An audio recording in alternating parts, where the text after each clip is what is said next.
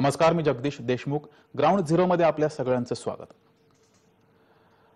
आजच्या ground zero मध्ये आपण संपदा ग्रामीण महिला संस्था वेश्या व्यवसायामध्ये काम करणाऱ्या महिलांच्या आरोग्यासाठी कसं काम करते, दिव्यांगांसाठी त्यांचे जीवन अधिक सुकर व्हावे यासाठी एक संस्थेचं काम, तसंच निसर्गाची हानी रोखण्यासाठी काय कामे केली पाहिजेत, तसेच रशिया आणि युक्रेन या युद्धाच्या बातम्या पाहणार आहोत।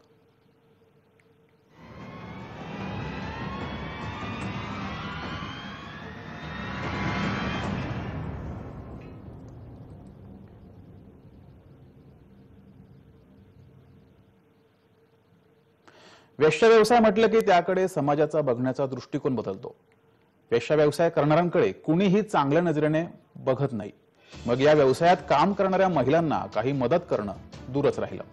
पण एक अशी संस्था आहे जी या व्यवसायात काम करणाऱ्या महिलांच्या आरोग्याची आणि त्यांच्या सन्मानाची काळजी घेते। पाहुयात याबाबतचा सविस्तर रिपोर्ट। भारतात सामाजिक आणि धार्मिक रूढी परंपरातून वेश्या व्यवसायाला चालना मिळाली। मानव समाज जेव्हा वसाहती करून स्थिर आणि एकच जीवन जगू लागला तेव्हा लैंगिक संबंधांवर अनेक प्रकारचे नीतिनियम आणि निर्बंध लादले गेले। मात्र ही प्रथा काळानुसार चालतच आली आहे। ज्या महिला वेश्या व्यवसाय करतात त्यांच्या आरोग्याचा कल्याणाचा मुद्दा कायम दुर्लक्षित राहतो। त्यावर संपदा ग्रामीण महिला संस्था काम करते आहे। वेश्यांना देखील माणूस म्हणून अधिकार आहे ही त्यांची भूमिका घेऊन अनेक प्रयत्न ही संस्था करते आहे। दरम्यान संपदा ग्रामीण महिला संस्थेच्या ज्येष्ठ कार्यकर्त्या आपल्या या संस्थेविषयी, संस्थेच्या कामाविषयी काय बोलतायत पाहूया। संग्रामने आमच्या बरोबर 1990 पासून काम करण्यास सुरुवात केली। यात आमचं आरोग्य आमच्या हातात आहे हे आम्हाला कंडोमचं महत्व सांगून पटवून दिलं आणि म्हणूनच आज आम्ही 100% कंडोम वापरतो। याचबरोबर आमचे अधिकार काय आहेत हे पण आम्हाला शिकवलं। आम्हाला पण जगण्याचा म्हणजे एक महिला म्हणून जगण्याचा अधिकार आहे हे पण आम्हाला पटवून दिलं। तसंच कायद्याचं प्रशिक्षण पण संग्रामनं आम्हाला दिलं बरं का। म्हणून आज आमच्या इथं धंद्यात येणाऱ्या प्रत्येक बाईला किंवा प्रत्येक मुलीला तिची इच्छा विचारली जाते। तिची जर इच्छा असेल तरच ती धंदा करू शकते आणि जर तिची इच्छा नसेल तर परत तिला तिच्या घरी किंवा पोलिसांच्या द्वारे आम्ही सुधारगृहाला पाठवून देतो। जगण्यासाठी तसेच कोणत्याही मोबदल्यात प्रस्थापित झालेले दोन व्यक्तींमधील लैंगिक संबंध म्हणजे वेश्या व्यवसाय। वेश्या व्यवसाय हा जगातील सगळ्यात पुरातन व्यवसाय मानला जातो। ग्रीक व रोमन काळातील ग्रंथांमध्ये वेश्यावृत्तीचे उल्लेख आढळतात। भारतीय समाजातही वेश्या व्यवसाय पूर्वापार चालत आलाय। मात्र आज त्यांचंही माणूस म्हणून काही जगणं आणि मागणं आहे, पाहूया।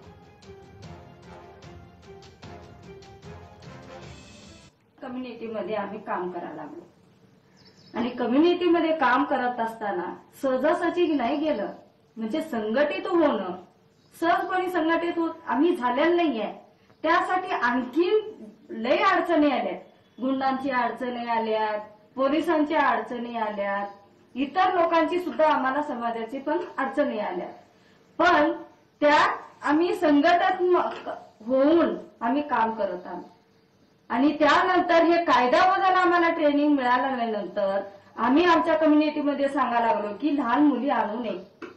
लहान मुली आणल्यानंतर काय प्रकार होतं, वय नसतं, त्यांना न समज असतं, कंडोम कसं वापरायचं ह्याच्याबद्दल माहिती नसतं आणि हे सुद्धा आम्ही त्यांना समजून सांगायला लागलो आणि त्याच्याबद्दल मग त्यानंतर आम्ही संघटितपणा होऊन त्याच्यावर निर्णय घेतला की आमच्या गल्लीमध्ये लहान वयाची मुली येता कामा नये आणि त्यासाठी आम्ही संघटितपणा होऊन जे कोणी नवीन गल्लीमध्ये पोरी आल्या की आम्ही वयाचा दाखला मागायला लागलो, त्यांचा आधार कार्ड मागायला लागलो आणि हे पण विचारायला लागले की तुम्ही स्वइच्छेने आला का।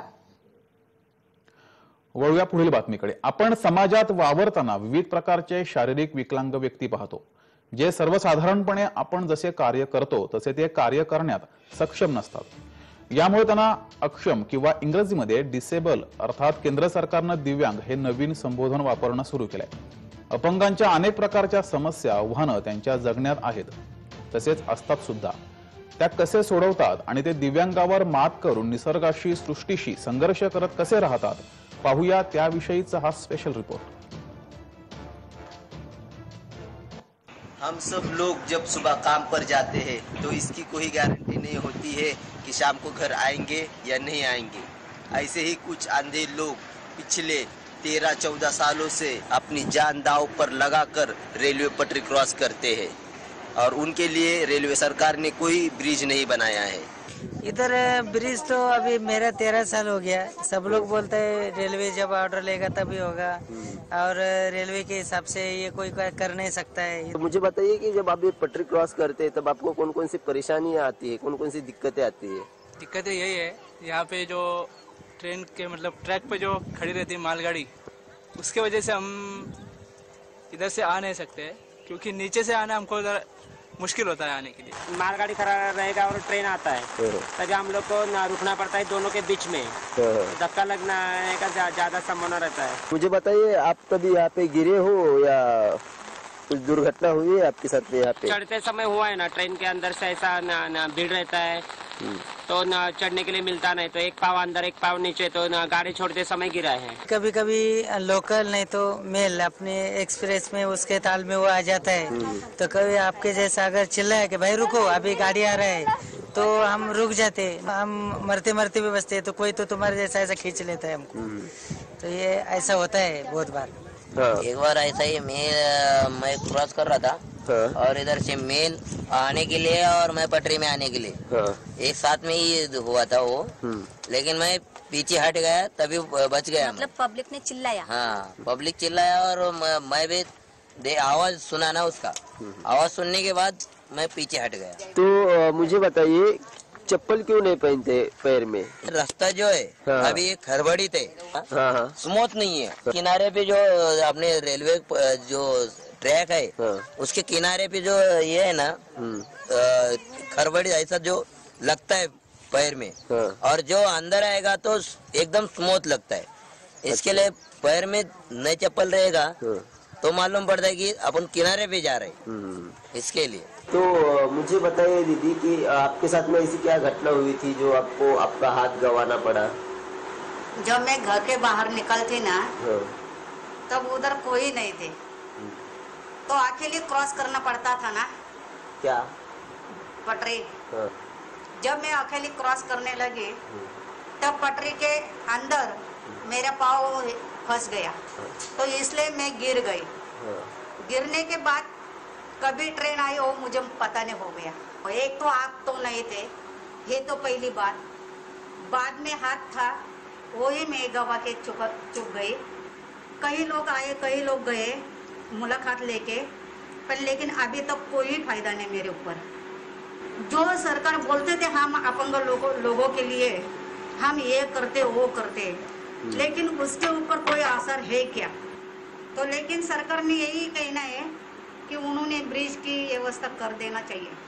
वांगने एक ऐसा गांव है, वहां पर 350 अपंग लोग रहते हैं जो अपनी जान जोखिम में डालकर रोज रेलवे पटरी क्रॉस करते हैं और इस बात को रेलवे प्रशासन अनदेखा कर रही है। मैं चाहता हूं कि इनके लिए ब्रिज बने और प्लेटफॉर्म पे एक इंडिकेटर लगे कि आवाज करने वाला, ताकि उन्हें पता चले कि यहाँ यहीं पे ही अपंग लोगों का डब्बा है।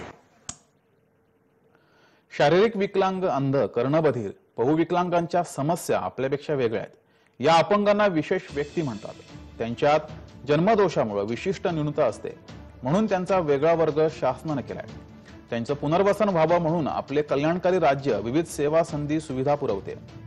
गेल्या 50-60 वर्षांची माहिती घेतली तर दिसून येते की पुनर्वसनाच्या सेवा सुविधा शेवटच्या स्तरावरील दिव्यांगांपर्यंत पोहोचल्याच नाहीयेत। म्हणूनच दिव्यांगांच्या समस्यांवर उपाय करण्यासाठी national organisation of disable artist अर्थात नोडा ही संस्था काम करते आहे। विशेषतः रोजगार, स्वयंरोजगार कौशल्य प्रशिक्षण देणं, स्वावलंबी बनवणं हे मुख्यतः कार्य ही संस्था करते आहे। दरम्यान या संस्थेचे किशोर गोहिल यांची भूमिका ऐकूयात। The national organisation of the disabled artist अर्थात नोडा इंडिया या मूळतः अंध आणि अपंग कलाकारांसाठीच्या संस्थेने आणि त्यांच्यापासून लाभ मिळालेल्या कलाकारांनी मिळून आपल्या इतर अंध आणि अपंग बांधवांसाठी प्रोजेक्ट जॉय स्किल क्राफ्ट या संकल्पनेची निर्मिती केली आणि आपल्या इतर बांधवांना त्यांच्या कौशल्याच्या आधारे त्यांच्या कौशल्याचा विकास करून, हस्तकलेचा विकास करून त्याच्या आधारे काम मिळवून देण्यासाठी मेणबत्त्या, कागदी पिशव्या, हँडीक्राफ्ट आयटम अशा सगळ्या वस्तूंची निर्मिती सुरू केलेली आहे. जगामध्ये एकूण लोकसंख्येच्या 15% दिव्यांग व्यक्ती आहेत, तर भारतात 2.5% व्यक्ती या दिव्यांग आहेत. म्हणजेच 130 कोटी लोकसंख्येच्या लोकशाही देशात सुमारे 3 कोटी व्यक्ती या दिव्यांग आहेत. दिव्यांगांच्या समस्यांना भिडता येईल असे काळानुरूप शिक्षण, त्यांना विज्ञान तंत्रज्ञानाची जोड या बाबतीत आपण म्हणावी तशी प्रगती गाठली नाहीये. तरीही नोडा संस्थेने विविध दिव्यांग कलाकारांना एकत्र करत श्रीलंका, अमेरिका, नेपाळ, पाकिस्तान, इंग्लंड या देशात दौरे केले. तिथे आपली कला सादर केली. त्याचा उपयोग अपंगांच्या रोजगार कौशल्यावर विकसित करण्यासाठी केला गेलाय.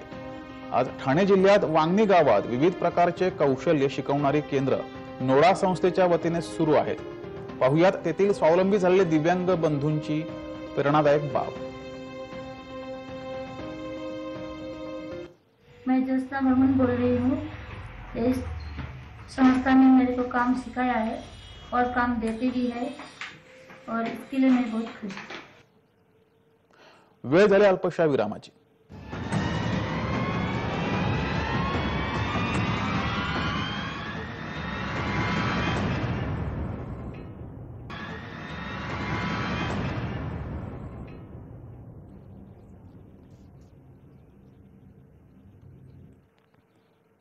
ब्रेकनंतर आपल्या सगळ्यांचं स्वागत. शिकारीसाठी जंगल जाळून टाकणं, वीट उत्पादकांना वरची माती विकणे, ज्यामुळे शेती जमीन हळूहळू नापीक होत चालली आहे. ही जमीन नंतर रिअल इस्टेट विकासक किंवा औद्योगिक बांधकामांना विकली जाते. त्यामुळे 2011 पासून जैवविविधता रक्षणासाठी वनशक्ती संस्थेनं पुढाकार घेऊन आदिवासी जनतेसोबत संवाद सुरू करून कामं केली. जैवविविधता मानवी जीवनाचा आधार आहे. पृथ्वीतलावर सजीवांची जी काही विविधता आढळते त्यालाच जैवविविधता असं संबोधलं जातं. 3 पातळ्यांवर असते प्रजाती परिसंस्था आणि जनुकीय किडा, मुंगी, वाघ, साप, पक्षी इत्यादी यामध्ये येतात. जीवांची विविधता, गवताळ रानं, जंगलं, खारफुटीची जंगलं इत्यादी म्हणजेच परिसंस्थेची विविधता. आणि एखाद्या जीवामध्ये प्रजातीमध्ये ज्या उपजाती असतात त्याला जनुकीय विविधता असं म्हटलं जातं. जसं आंब्याच्या तोतापुरी, देवगड हापूस, रायवळ अशा उपजाती आहेत. सृष्टीची ही विविधता जोपासणं हे काम अत्यंत प्रामाणिकपणाने केलं. त्याबद्दल अधिक माहिती स्टॅलिन दयानंद यांनी दिली आहे, पाहूयात. जमिनीवर जिथे खराब झालेले जे जंगल क्षेत्र आहे त्याला पुनर्जीवित करणं आणि पाणथळ जागांचं संरक्षणासाठी जे गरजेचं आहे ते काम आम्ही करत असतो. आणि आमचे बरेचसे याचिका देखील आम्ही फाईल केलेल्या आहेत कोर्टात. सर्वात मेन म्हणजे बघितलं तर पाणथळ जागांचा जे उल्लेख आणि आज जे महत्त्व लोकांपर्यंत पोहोचतंय ते कोर्टाच्या निर्णयामुळे आहे. 2013 साली जे कोर्टाने माननीय उच्च न्यायालय मुंबई उच्च न्यायालयाने जे आदेश दिलं होतं त्यानंतर पाणथळ जागांचं संरक्षण वाढलेलं आहे. आणि तसंच उल्हास नदीचं प्रदूषणावरती आम्ही काम केलं आणि त्या नदीचं पुनर्जीवित करण्यासाठी पूर्ण प्रयत्न चालू आहे. आणि माननीय सर्वोच्च न्यायालयाने त्याच्याबद्दल दखल घेऊन त्याच्यावरती नियंत्रण ठेवलेलं आहे. आणि तसंच कांदळवनांचं संरक्षण, कांदळवन जे अजूनपर्यंत जे हस्ताक्षर झालं नव्हतं ज्या क्षेत्रांचं त्याबद्दल सुद्धा आम्ही पाठपुरावा करत आहोत. म्हणजे एकंदरीत बरेचसे असा प्रकल्प किंवा आम्ही इश्यूज घेऊन आम्ही लोकांसमोर असतो, कोर्टात असतो.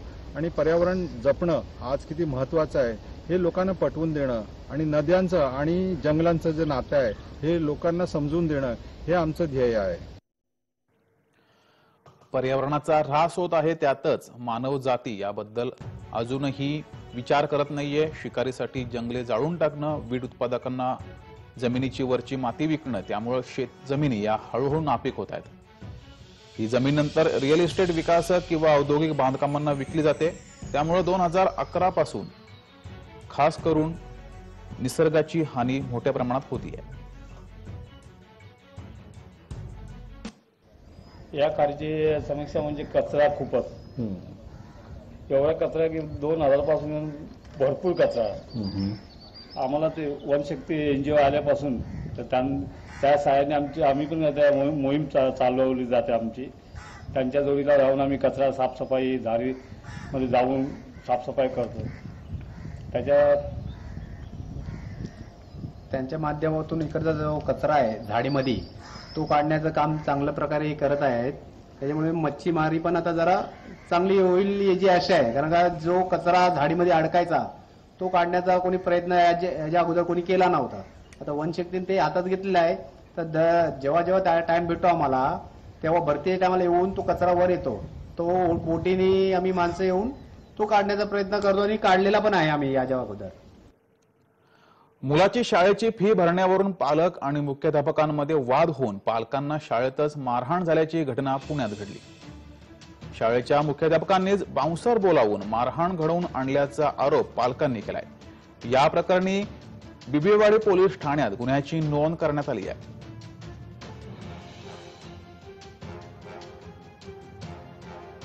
पुण्यामधील हा धक्कादायक प्रकार आहे.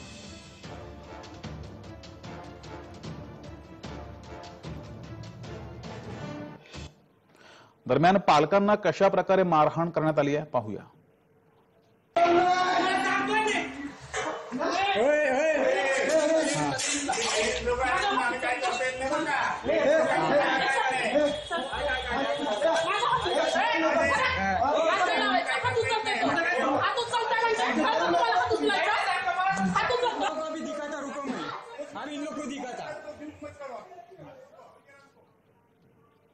पण आतमध्ये आल्या आणि त्यांनी येऊन सांगितलं की मॅडम जो प्रकार होते तो काही चांगला नाही.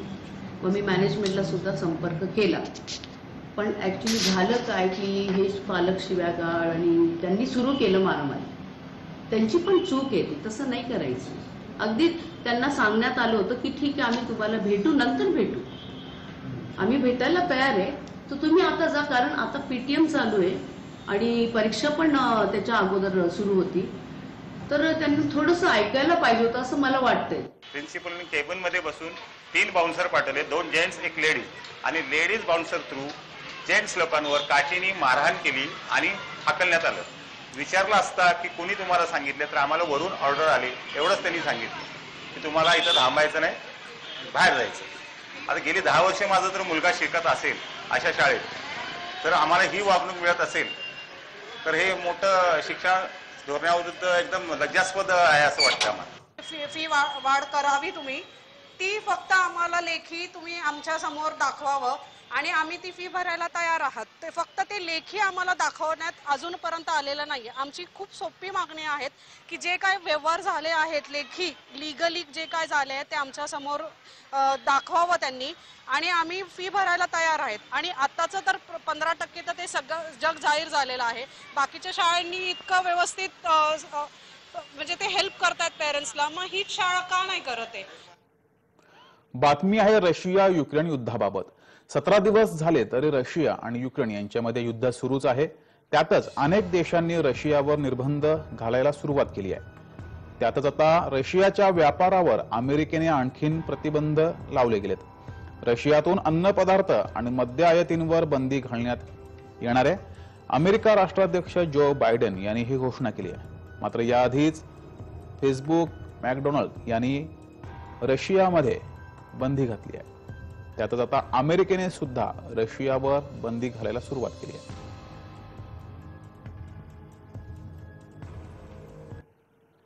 व्लादिमीर पुतीन प्रशासनानं खतांची निर्यात स्थगित करण्याचा निर्णय घेतलाय. त्यामुळे रशियन उद्योग मंत्री डेनिस मॅन्तुरोव्ह यांनी गुरुवारी ही घोषणा केली आहे. रशियाचे अध्यक्ष पुतीन यांनी पाश्चात्य जगाच्या निर्बंधांचे नकारात्मक परिणाम होतील असा इशारा दिल्यानंतर ही घोषणा करण्यात आली आहे. रशिया दरवर्षी 50 दशलक्ष टन खतांचं उत्पादन करते, जे जगातील एकूण उत्पादनाच्या 13% आहे. दरम्यान जगातील विविध देशांनी रशियावर निर्बंध घातल्यामुळे आता रशियानं सुद्धा खतांची निर्यात करण्यासाठी बंदी घातली आहे.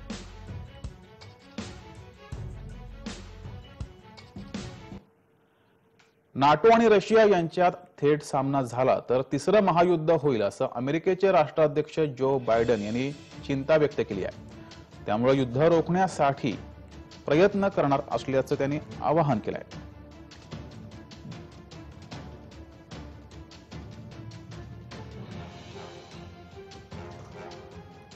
यासाठी पण याच्यामध्ये संयुक्तिक आहे किंवा याच्यामध्ये तथ्य आहे की नॅटो ह्या युद्धामध्ये सहभागी झालेली नाहीये आणि नॅटोचं सहभागी होणं म्हणजे ह्या युद्धाचा विस्तार वाढणं असं स्वरूपाने आहे.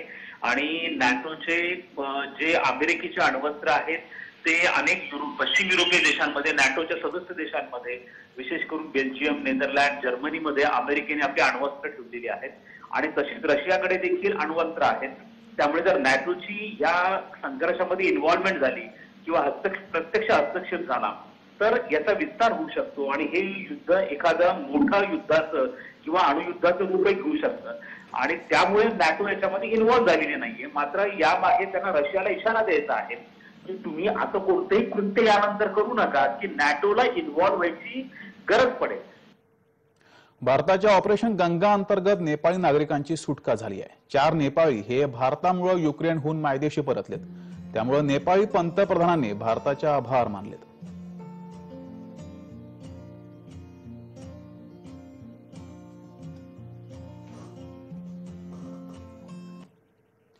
ग्राउंड झिरोमध्ये इतकंच. सर्व प्रेक्षकांना जय महाराष्ट्र.